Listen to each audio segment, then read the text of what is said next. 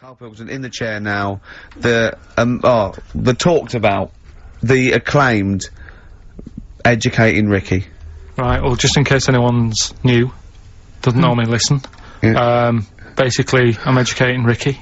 Yeah. Do a bit of research in a week, find stuff, news, history, anything that's interesting.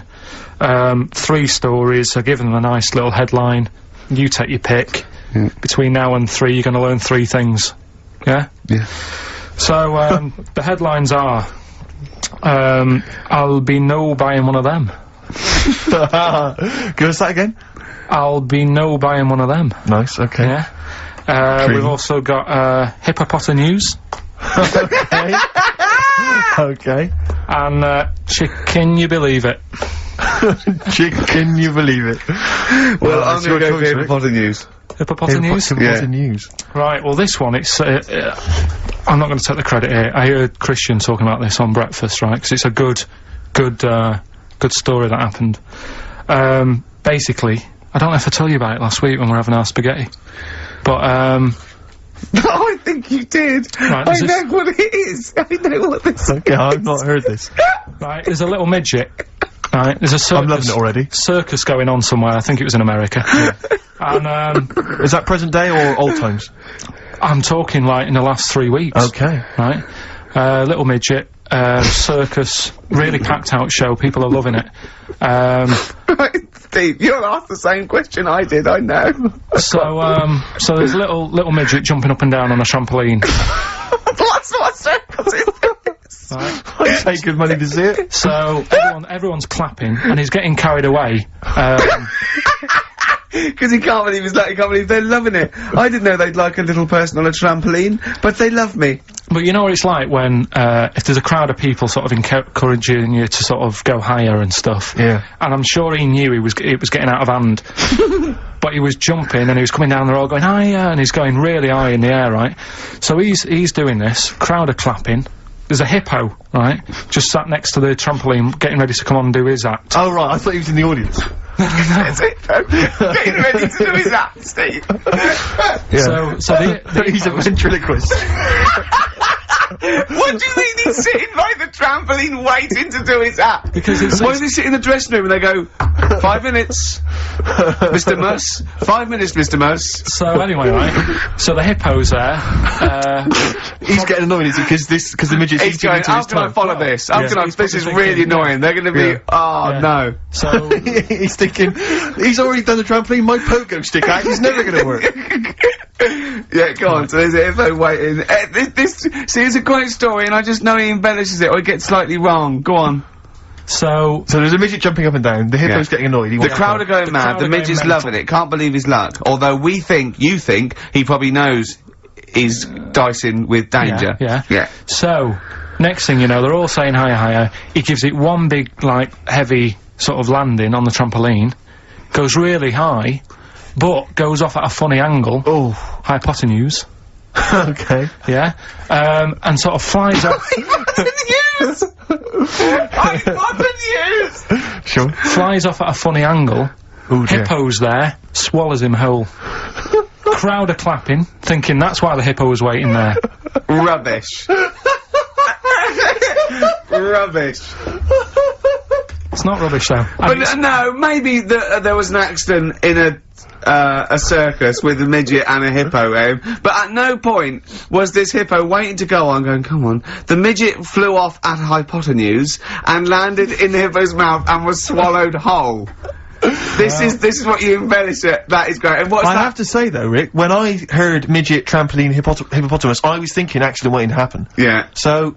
Yeah. Maybe? I mean... It is that, you should never put those 3 together. Never. It's a recipe for disaster. Everyone knows that. Midget, trampoline, hippopotamus. Are you mental? You're asking for trouble.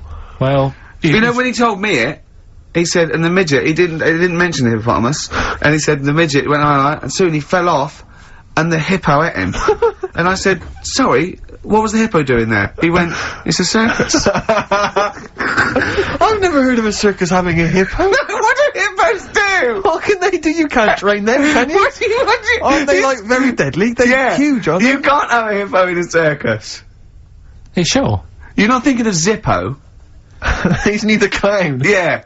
No, and it wasn't some sort of where Zippo was eating a midget, and it's some sort of horrible sexual act. No, it was definitely. I heard it on breakfast, right? Oh, okay, sorry. No, it's definitely fact. Yeah, okay, right, okay, good. Well, let's play a record then. So, I'd like to play a classic Springsteen. We're all fans of Springsteen there. This might be his debut album, I'm not sure. Greetings from Raspberry Park. I think it is, yeah. New Jersey. And this is Growing Up. It's great, it's classic. Educating Ricky, part 2. Right, what's the clues left? Well, we've got left the headlines. I'll be new buying one of them. Yeah. And we've also got chicken. You believe it? Chicken. You believe it? So they're the 2 that are left. Which one's you going for? Chicken, you believe it, is not that picture, is it? In that we saw. Which picture? The bloke with the. No. Right, okay. God, that was bad. Right, okay, right, so I was about to explain We that. can't really discuss this on air, can we? Well, we can.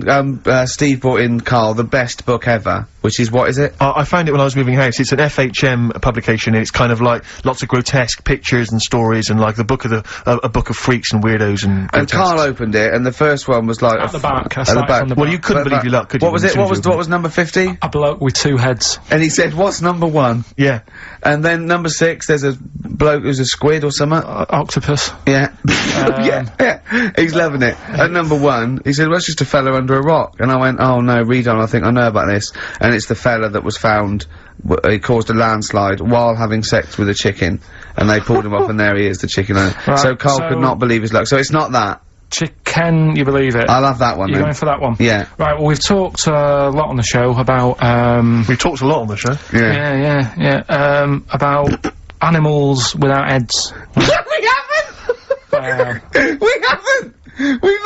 We talked about cockroaches could live without a head for 7 days. Yeah, we've talked about that, and then of course there was the the well-known one about the fella who had his head cut off, and he blinked in he said to his mate, count how many times I blink when my head comes off. Yeah, when you told it to me, you said his head came off, and he said, as he said it was in the basket, he said, quick, count how many times I blink. And it was Nick Frost that had to go, no, Carl, no, he said it before. I went, and that was lovely. So, yeah, we've talked quite a lot about things, heads coming off. Go on then. Well, this one, right, back in 1945. You looked up the date. It's got a specific date, wow. Mate Jonathan sent this one, you know him as well, the lad at the BBC, right? He emailed this one in, so thanks for that. Chicken, it's called Mike.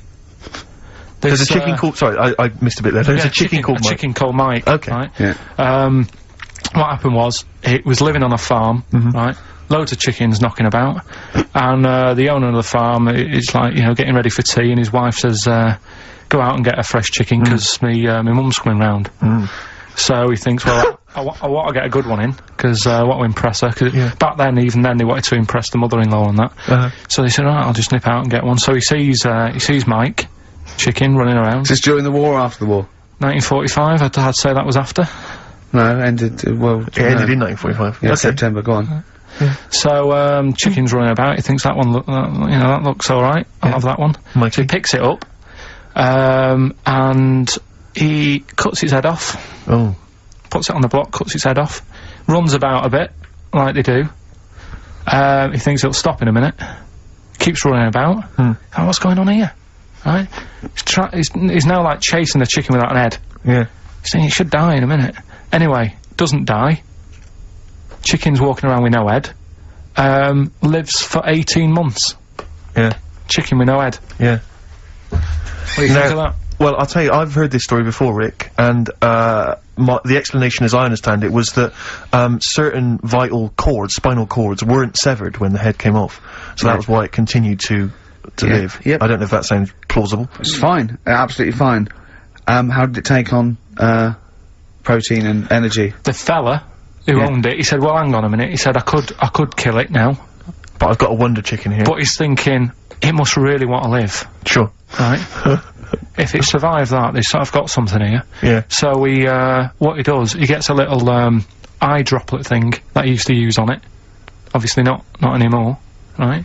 And he filled it with grain and water, and it had a big hole in its neck where its head used to be.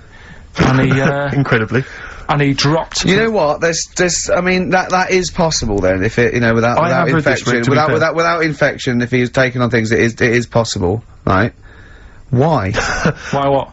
Why did he do it? How cruel is that? I mean, that was not cruel because the chicken obviously, He said if he thought it was a bit fed up, he would have killed it. He said, but he was running around quite happy. Well, it wasn't fed up at all because it had no brain.